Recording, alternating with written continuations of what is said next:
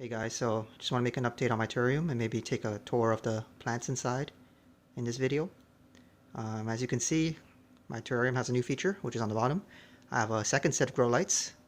I was pretty happy with the first set that I decided to buy another one, and it was on sale during that November 11th AliExpress sale. And they have a US warehouse, so it came really fast too, just like 4 days shipping time. And yeah, so now I effectively doubled my grow space. I just hanged it off the bottom of my table. I drilled in some, one of those little hoops with a screw in it. Drilled some of those in and just hanged it off the bottom of my table. And on the bottom here, I'm probably going to grow some temperate plants or plants that require some reduced photoperiod dormancy. I'm going to set an astronomical timer on the bottom light. And in the winter, I guess my floor gets kind of cold, so it might help with the dormancy. My windowsill isn't really cutting it for some of my plants because not enough sunlight. So yeah, those Venus flytraps and stuff can probably go down here. Even though Venus flytraps requires full sunlight, I think this lighting can do it. I was so happy with the first one I got that I decided to get another one. And these are 300-watt lights. I'm only running them at 100 watts, and even at 100 watts, all my plants are getting really red. So I think it should be sufficient for Venus flytraps too. And if I need more wattage, I could turn this up to 300 watts or higher wattage too. Right now it's also at 100 watts. But yeah, I don't want to run full 300 watts because I don't want that on my power bill. But yeah, let's go in and tour what's going on with the terrarium and what has changed and what hasn't. So first, I guess one update is I added this little foam strip from one of those window insulation things just to help with insulating that gap. And then I kept the saran wrap because it seems like this is a cheap and effective solution. It's just double-sided tape on some of these edges and saran wrap really carefully placed on top. And so far this has been working too good because once if I don't leave these gaps in my terrarium, then the humidity will shoot up to like over 97% and the temperature will shoot up also if I don't have my cooling on. So I did a test and the humidity reached, 98%, and the temperature reached 27 degrees. That's temperature wise, I could control that. You're right. I could just turn on the cooling, but that's a waste of power. And humidity wise, I don't want that high of a humidity because I feel like plants do better with maybe 60%-ish. They're hardier that way, so they don't depend on that super high humidity. They don't need that crazy high humidity anyways. And you might have mold problems or something. So I like to keep it around 60, 70, 80 maybe. This is probably more higher than I would like it to be. But that's an issue with this gap because, now at night I'm losing my cold air through this gap. It's kind of pointless. So even though I could get it to 15 degrees at night, yeah, I think it's probably some efficiency loss here. So what I need is some automated vent that could, in the morning, open up and maybe have a fan vent out the air that's too humid or too hot, and then at night it will seal up and allow the cooling system to take over. So yeah, so that's something that's in the works. I also added these little struts to this tray and this little strut in the middle because it was sagging a little bit, and some of these pots are getting kind of heavy if there's a lot of water in them. So I didn't like that sag. It was just visually unappealing. So I added this little strut in and I fixed it. So yeah. But yeah, let's take a quick tour of some of the plants. Oh, and also one more thing. I also started testing this little ESP32 cam to have recordings on my plants. This is just a test module right now. I'm just plugged it in there as a test.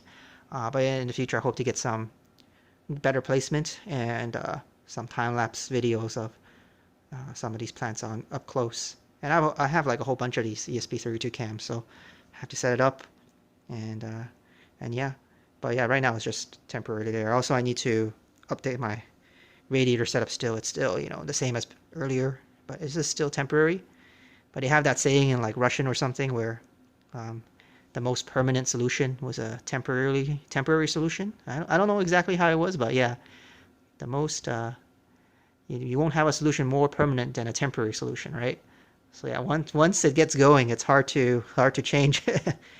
So yeah, but yeah, in the future I have to update that radiator also. But yeah, let's go inside and see what is going on inside this terrarium. So most of these plants are have only been in my collection for maybe 3 or 4, 5 months. So everything's pretty new. Some of these are a bit older because they're come from my windowsill. I moved them in here.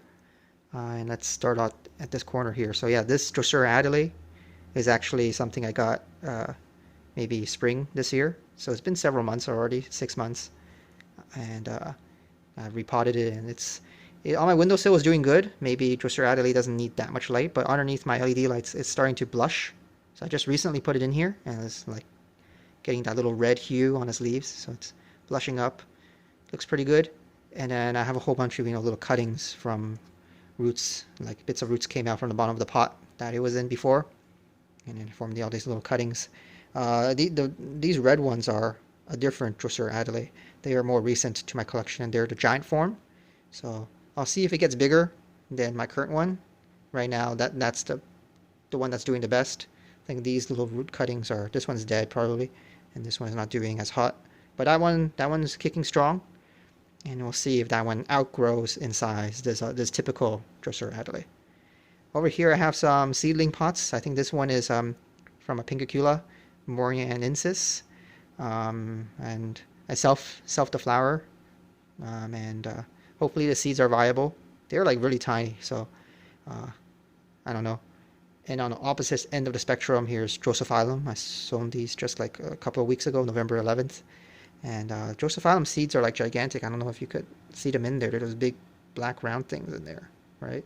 And but they are going to take maybe quite a while to sprout, maybe several months. So hopefully they do sprout.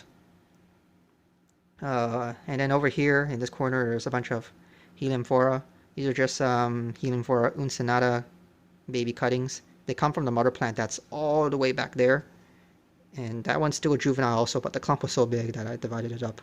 That's uncinata. And all of these are all like juveniles. They all look kind of the same while they're juvenile. I think this one is Sarracenoides. This one is Macrodonalde. This one's Nebulae, I think. I can't pronounce any of these names, so if I'm pronouncing them wrong, please excuse me. This one is Pochella, the bigger clump. So that's probably my most mature clump. I heard from the seller that it was flowering before for them. So we'll see. But the thing is, Pochella is supposed to have like a nectar spoon that's indented into the pitcher, right? Like it's supposed to be more curved in. And I see some pictures online where it's not. It's like more like this. You see the nectar spoon is sprouting out, poking out. But on Westuba or something, you see the pictures, the nectar spoon is different. It's in like more in the picture, and there's a little V-shape groove that it sits in. So I don't know if this is a Pochella or not. I mean, the seller was pretty reputable, and got it from, what was this, either Westuba or BCP clone. I forget which one it was. I don't think it's on this label here. Yeah, I don't know if it's on a label. And I see a whole bunch of websites selling Pochella that look similar, but I don't know. Maybe it needs to mature a bit more to have the nectar spoon look like the way it's supposed to look. Or maybe there's some regional variances. I don't know. If you know, let me know. Maybe it's a minor. I don't know. I mean, it could be hybrid also. Over here are some Cephalotus typicals. I saw someone selling a whole bunch of tissue cultured clones online, and so I got some. They came really green, but now, sorry, I don't know if I could get my focus right on this. They came really green, but now they've colored up underneath my lights.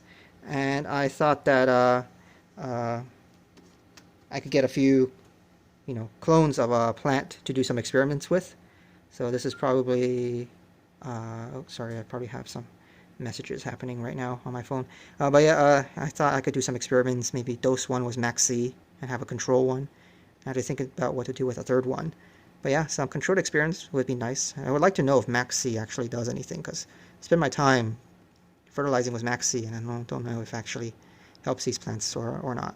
Maybe max C, control, and feed with like bloodworms, or insects or something. See which one actually works better. Over here is Pincacula. These guys came really rough a few months ago, but now they've perked back up. And you can see in the front I have two Alhersii. or however you pronounce Alherciae. But one is from Hidalgo and one is from like the province or county, or I don't know how they have it in Mexico, the area where Hidalgo, the city, one is a city and one's the province. I forget which one is which. I don't know my geography, sorry.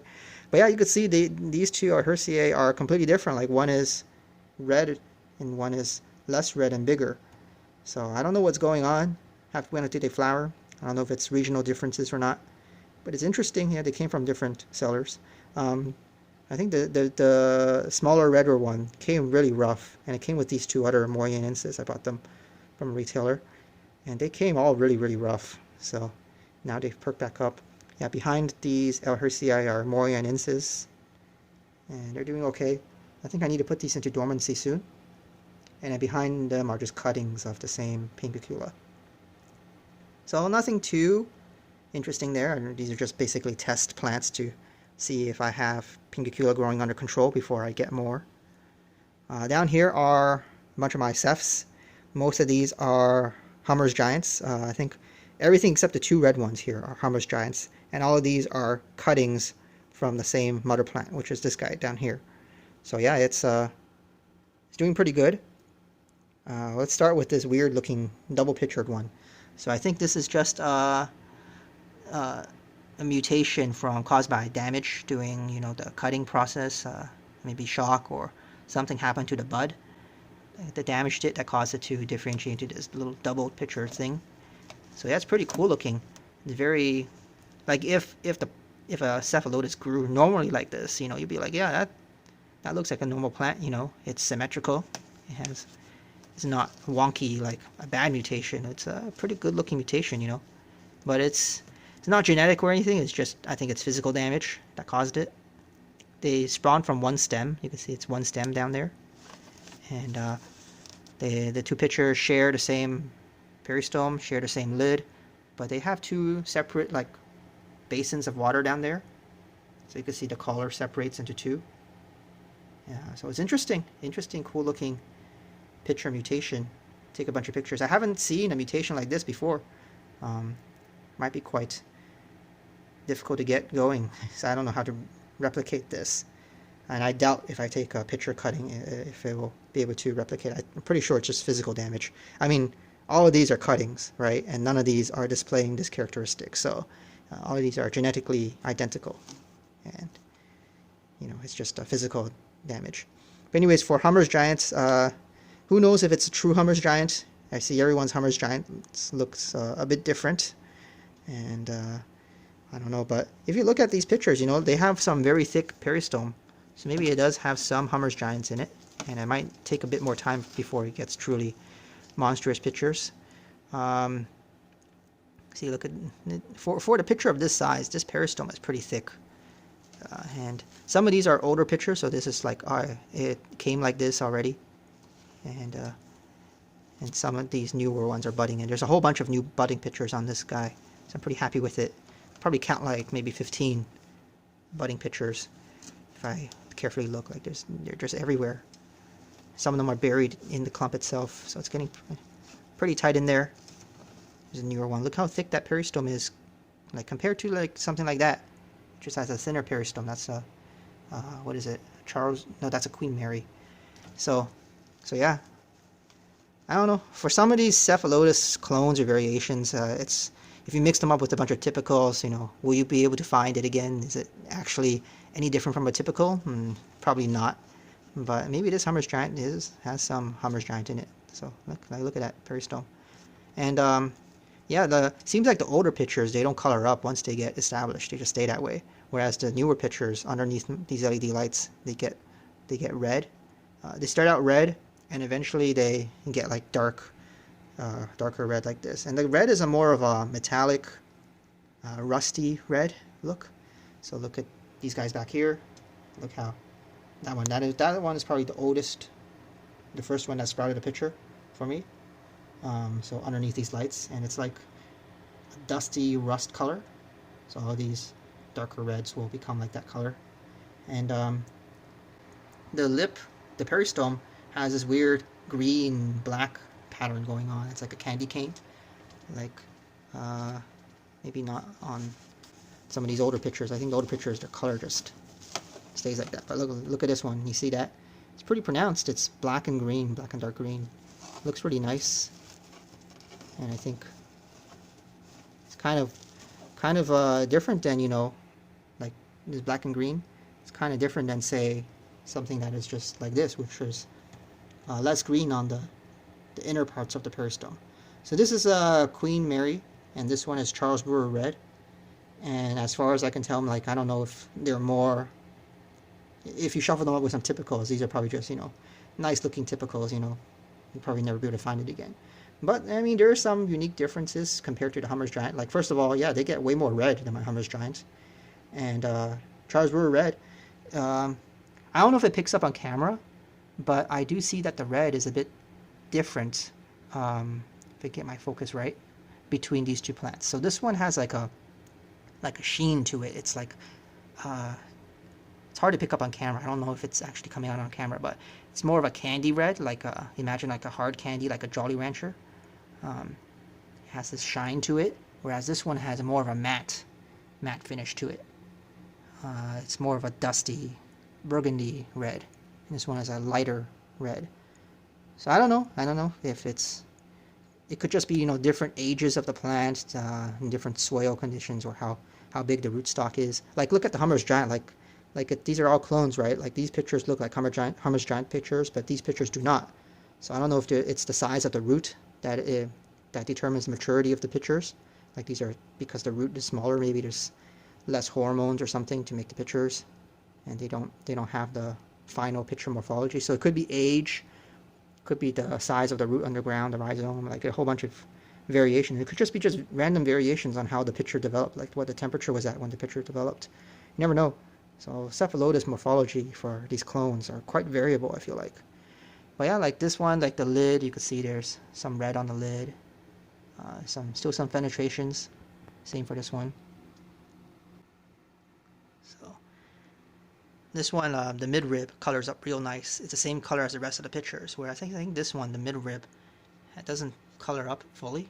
Still has some yellow tinge or green tinge to it. Depends on the age of the pictures. Some of these pictures are the older ones, like this one that's closing. That's really, really old. So it's whatever lighting condition it was under when the previous owner had it. But yeah, like these are all doing okay. I guess let's move around to the right side of the terrarium. So yeah, let me just move the glass over. So let's talk about these guys back there. So these are my, well, let's see if I can move one out. So the issue with carnivorous plants, I think it's every time you touch them, there's a chance that you damage something. That they just like to be left alone. You don't want to fiddle with them or touch them or anything. So I'm just making some little bit of room so I could grab a pot out here. But yeah, for you guys, I'll take the risk and move one out. Every time you touch one of these things, you know, there's always a risk of damaging something. So just leave them alone. They don't like to be touched. But yeah, now this one is Eden Black. Is it actually more black than, you know, other cephs? I don't know. It's pretty black. Some of these pictures are pretty darn black. This one came like mostly green. I guess previous owner didn't have the lighting set up to get it to be more black, but it's pretty black. Still, like, the midrib is not as red as, you know, the Queen Mary. The Queen Mary has a very nice midrib. You know, it's all red. The whole picture is red. But Eden Black, I do see that, you know, the throat gets more color. You can see it's more dark in the throat area. This one is still a new picture, just formed, so it's still coloring up. But some of these older pictures, you can see the throat is getting a black stripe in there and it's starting to color up. And also the lid, you know, it's way less fenestrations, or whatever those little window things are called, under the lid. It's very colored up, you know, compared to the other lids back there, right? It's different, you know. Whether if you mix this up with some typicals under the same light, if it actually looks different than typicals, I don't really know. But yeah, it still looks pretty nice. And a whole bunch of new pictures budding out. So, doing well. Move this guy back real carefully. It's hard to do this with one hand. And over here I have some, this guy is probably a German giant, I think. And so it's also doing pretty good. Bunch of new pictures. German giants, like this guy is smack dab in the middle of the terrarium, so it's getting the most light. And even under the most light, it's not getting as dark red as, like the other plants. So yes, there's some genetic differences in these plants. I heard German giants, yeah, don't color up as deeply, and you can see, like, look at the fenestrations on the lid. Like it's mostly green, right? So look at the throat area, it's green. So yeah, there are some genetic differences in these plants. Again, if you mix them up with a whole bunch of typicals, you probably get a typical with the same genetic variation, but it has a whole bunch of little new pictures popping out, and all of these are new pictures under my care, so I'm pretty happy with it. The old ones are the green ones, I guess. They don't seem to color up after they've opened up and established themselves. So the two big ones are older ones, and these new little red ones are under my care. Maybe with less light, they grow bigger pictures, as is usually the case. It's German giant. And then this one is Big Boy. I don't know what the characteristics of Big Boy are, but peristome is not as thick as Hummer's giant, seems like. A whole bunch of pictures like budding out. Look at that one, that one. There's a whole bunch in the middle rosette there. That's forming a little one buried underneath there. So yeah, it's about to make a whole bunch of pictures. But I don't know what the characteristic of Big Boy is, other than maybe by name it's supposed to be big. These pictures are not particularly extra large in size, but still it's a nice looking ceph though, right? Pretty good. Yeah, let's not touch it any more than I need to. So I'm going to put this guy back. So yeah, these guys are closest to my lights. But yeah, that Queen Mary and Charles Brewer Red, even though they're farther than my lights, farther than from the lights than these other guys, they're pretty red, right? And then down here is some of my windowsill plants that I moved into this terrarium recently. The windowsill is not getting enough light anymore, so it's a sanguine. It's coloring up. The leaves are getting more red underneath these lights. And I don't know, like when I got this maybe 5-6 months ago, I was kind of disappointed in its size. It was really small. Like the rosette didn't even extend past the pot. This is like a 6 centimeter pot. It's tiny, right? And at the same price in Canada, I could have got like a full-grown plant with like huge pictures from like Home Depot. And these are tiny pictures, but I originally just got this as a test to make sure, my Nepenthes growing skills are still there. It's an easy Nepenthes, and I'm just testing conditions. Now the sanguine doesn't look that bad, and yeah, it's doing pretty good. So giving me confidence to get more plants. So these are our two recent additions. I think one is Jamban and one is Dubia. Jamban, Dubia, I think Intermis, Hamada, Aristocoloides, whatever it's called, with the bird's nest looking pictures.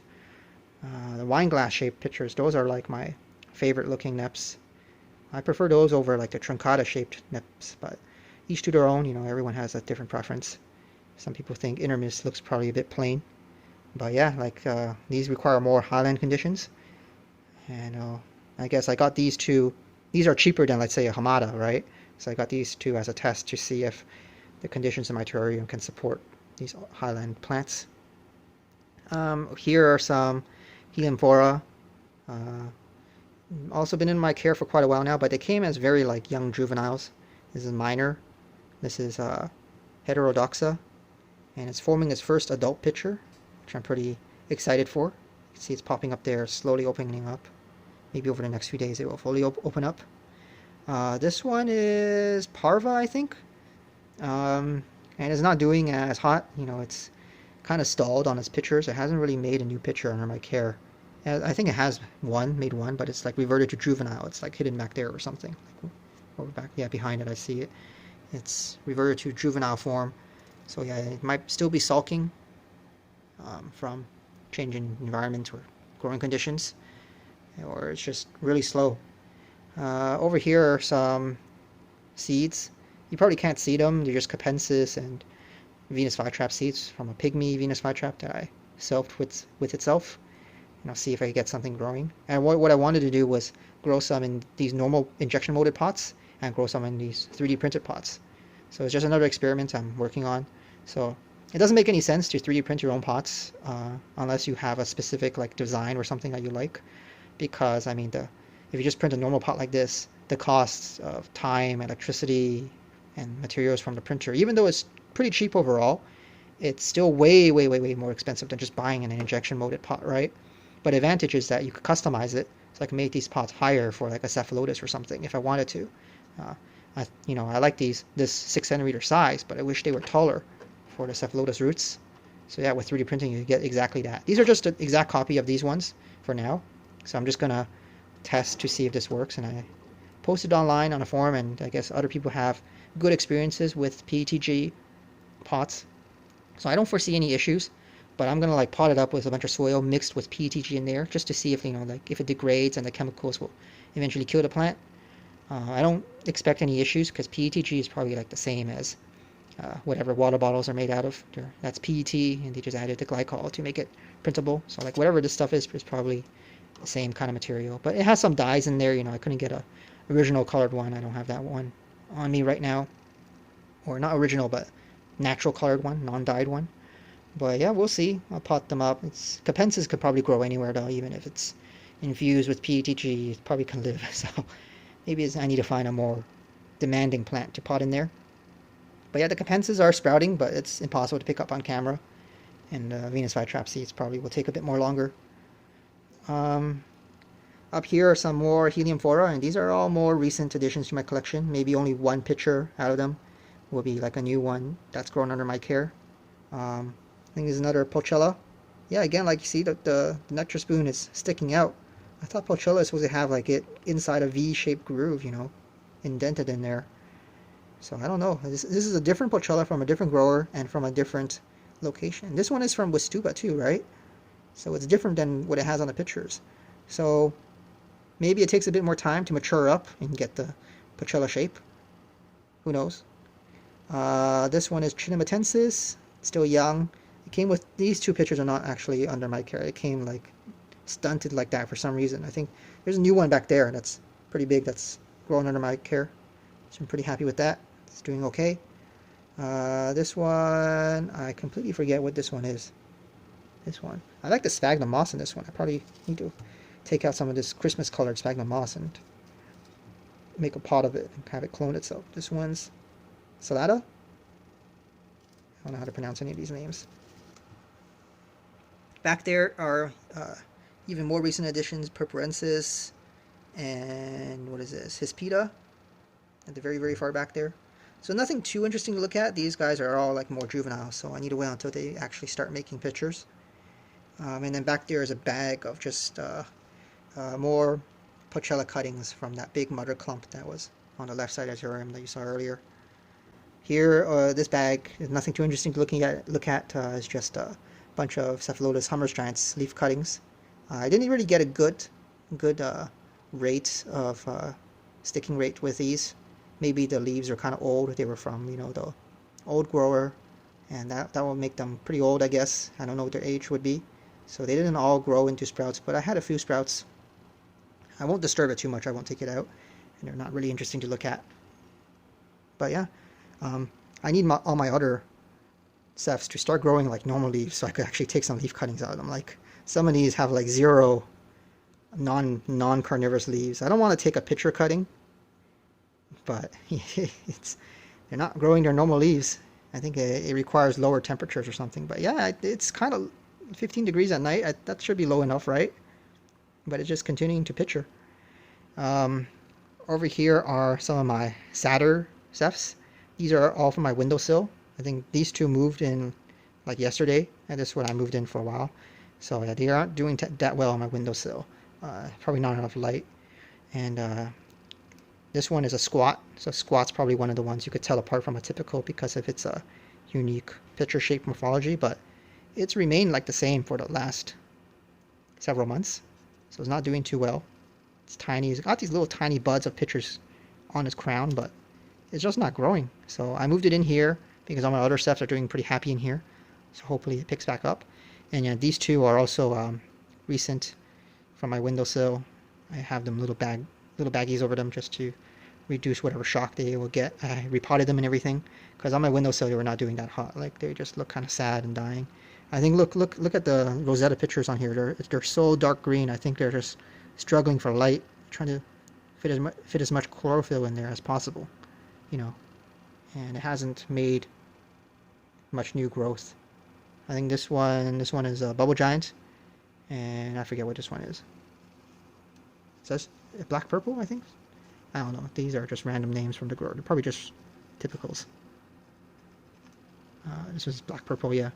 Like black purple is definitely not a registered cultivar or anything.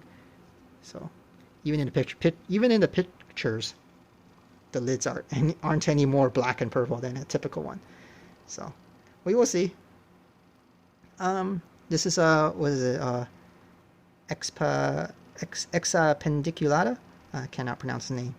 It's also a newer edition. I think the two bigger pictures are from the previous grower, and this one, the smaller one, is from in my collection. I guess it's a bit stunted, probably from the shock of being moved. But yeah, it looks pretty cool. One of my bigger Heliamphora. I guess this is my biggest Heliamphora so far. Yeah, it's doing pretty good. It has that embedded nectar spoon that's embedded into the picture in this species. Real nice. And over here is just some more Drosera adelaide cuttings from a typical and a giant. They're just bits of roots, and the roots start sprouting into more plantlets that move into the pots. So there's one giant adelaide pot back there that was kind of dying, right? So I'll probably replace that one with another cutting from this little pot here. You know, yeah. So yeah, I think that's all the plants. Did I forget any? No, that's all the plants in here so far. So collection is slowly building up. Everything seems to be doing okay so far. So what's next on, stuff I need to do for this terrarium? Well, yeah, I need to make that automated vent. I need to set up more sensors. So I have a whole bunch of humidity sensors, soil moisture sensors, temperature sensors. I have all that. And I need to hook it up to some microcontroller, send it locally over the internet, and then have some server read and collect that information. So that's to do. And then also maybe set up my cameras, right? Also, I haven't really touched his upper tray layer yet. I still need to reduce it by 2 rungs because it's just too high up, a bit too unstable. So that is still in the works. I need to update the radiator. And yeah, I think that's pretty much it for this update. So yeah, next time it's going to be mostly like probably sensors and software based. Not too much hardware left I need to work on. But yeah, right now it's just like having this gap open is kind of a waste of cold air at night, right? And if you hear some notifications from my phone, sorry about that. I just forgot to turn those off before I started videoing. But yeah, I think I have some more plants coming in. Take advantage of these cooler months to get some Highland plants shipped in to me, and before winter.